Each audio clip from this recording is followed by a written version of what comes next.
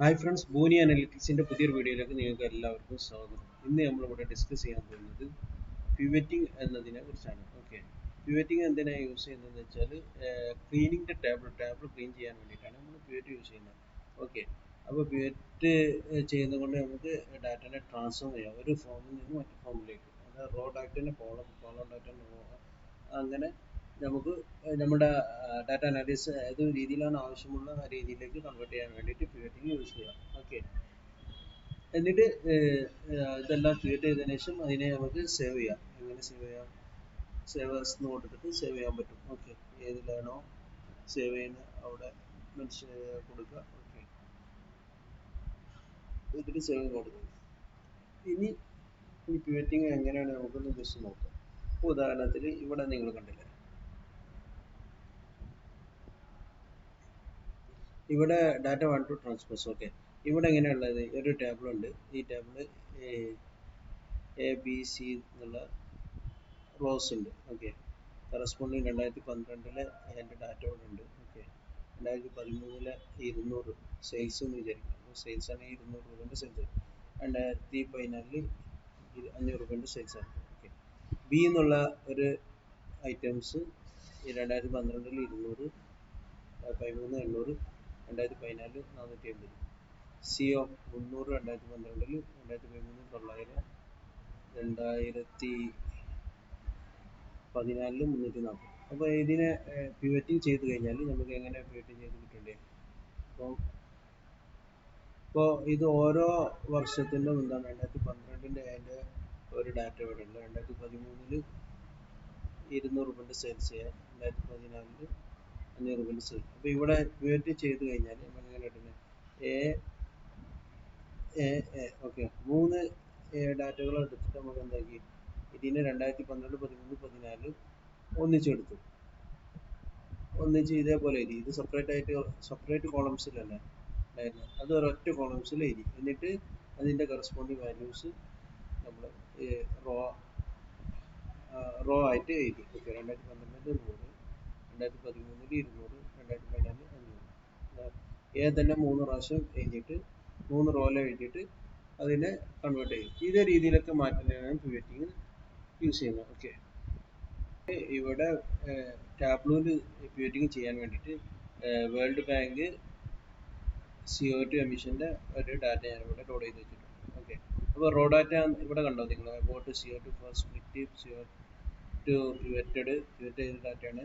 Raw data ഉണ്ട്, data cleaned, CO2 per capita.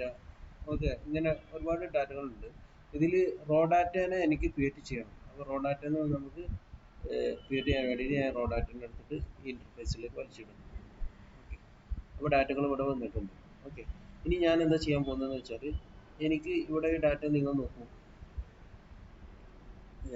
Country name, country code, indicator name, indicator code, then CO2 emission 1960 61 അങ്ങനെ പോകുന്നു. 61 62 63 അങ്ങനെ പോയിട്ട് അവസാനം എത്ര വരെയുണ്ട്? 2015 വരെയുള്ള എമിഷൻ ഡാറ്റകൾ ഇതിലുണ്ട്. അപ്പോൾ ഞാൻ ഇതിനെന്താ ക്രിയേറ്റ് ചെയ്യുന്നത് എങ്ങനെയെന്ന് നിങ്ങൾ നോക്കിക്കോ. അതിന് വേണ്ടിയിട്ട് ഞാൻ ആദ്യം ചെയ്യുന്നത്, എനിക്ക് ഈ CO2 എമിഷൻ്റെ 1960 മുതൽ 2015 വരെയുള്ള ഡാറ്റകളെ എമിഷന് അതിൻ്റെ CO2 എമിഷൻ ഓരോ കൺട്രി ബേസ് എങ്ങനെ കിട്ടണം, അതിൻ്റെ ടോട്ടൽ എമിഷൻ കിട്ടണം. അതിന് വേണ്ടി ഞാൻ ക്രിയേറ്റ് ചെയ്യാൻ പോവാം. അപ്പോൾ ആദ്യം ഞാൻ ഈ ഡാറ്റ മാത്രം സെലക്ട് ചെയ്തു, ഈ കോളം മാത്രം സെലക്ട് ചെയ്തു. ഇത് ഞാൻ ഷിഫ്റ്റ് പ്രസ് ചെയ്തതിന് ശേഷം ഞാനിവിടെ ഡാറ്റകൾ ഈ അവസാനത്തെ കോളത്തിലേക്ക് കൊണ്ടുവന്നിട്ട് അവിടെ ജസ്റ്റ് ഒന്ന് ക്ലിക്ക് ചെയ്തു. അപ്പോൾ എന്തായി? അവിടെ ടോട്ടൽ ഡാറ്റകൾ മൊത്തം 1960 മുതലുള്ള 2015 വരെയുള്ള മൊത്തം കോളംസ് സെലക്ട് ചെയ്ത് കിട്ടി. ഓക്കെ, എന്നിട്ട് ഞാൻ ഷിഫ്റ്റ് റിലീസ് ചെയ്തു. ദെൻ ഇതിൻ്റെ മുകളിൽ ഈ ABC എന്നുള്ളടത്ത് ഒരു ആരോ കണ്ടത്, ഡൗൺവേർഡ് ആരോ, അത് ക്ലിക്ക് ചെയ്തു. അത് ക്ലിക്ക് ചെയ്തതിന് ശേഷം ഞാൻ എന്താക്കി, അപ്പോൾ ഇവിടെ rename, copy value, hide, create, calculate, feed, pivot, merge, mismatch, field. ഇതിൽ ഞാൻ പിവറ്റ് നോക്കും. ഓക്കെ, അപ്പോൾ ഇത്രയേ ഞാൻ ചെയ്യേണ്ടിയുള്ളൂ. അപ്പോൾ എന്തായി? 1960 ഈ കൺട്രീസ് നേരത്തെ ഞാൻ അവിടെ കാണിച്ചിരുന്ന അതേപോലെ 1960 ആദ്യം എന്താ അറൂബ എന്നുള്ള കണ്ടിന്യൂസിന്റെ ഓരോ വർഷത്തെ ഡാറ്റകളും ഇവിടെ എന്തായി പിവറ്റ് ചെയ്ത ഫീൽഡിൽ വന്നു. ഓക്കെ, ഇതെല്ലാം 1960 അറൂബന്റെ 2015 വരെ ഉണ്ടാവും. 15 കഴിഞ്ഞിട്ട് അടുത്ത ആൻഡോറ എന്നുള്ള ഇതിന്റെ ഡീറ്റെയിൽസ് ഇങ്ങനെ കിട്ടി. അപ്പോൾ 2 കോളങ്ങളിലായിട്ട് കിട്ടി. അപ്പോൾ ഈ രീതിയിലേക്ക് കൺവേർഷനൊക്കെ വേണ്ടിയിട്ടാണ് നമ്മൾ പിവറ്റിങ് യൂസ് ചെയ്യുന്നത്. അപ്പോൾ ഇതെല്ലാവർക്കും മനസ്സിലായി എന്ന് വിചാരിക്കുന്നു. എന്നിട്ട് ഇതിനെ സേവ് ചെയ്താണ് ഫയലിൽ പോയിട്ട് ഞാൻ സേവേഴ്സ് കൊടുത്താൽ മതി കേട്ടോ. സേവേഴ്സ് കൊടുക്കുക. സേവ് ചെയ്യണമെങ്കിൽ ഫയൽ നെയിം നമ്മൾക്ക് പിവറ്റഡ് എനിക്ക് സേവ് ചെയ്ത് വെക്കാം. ഓക്കെ,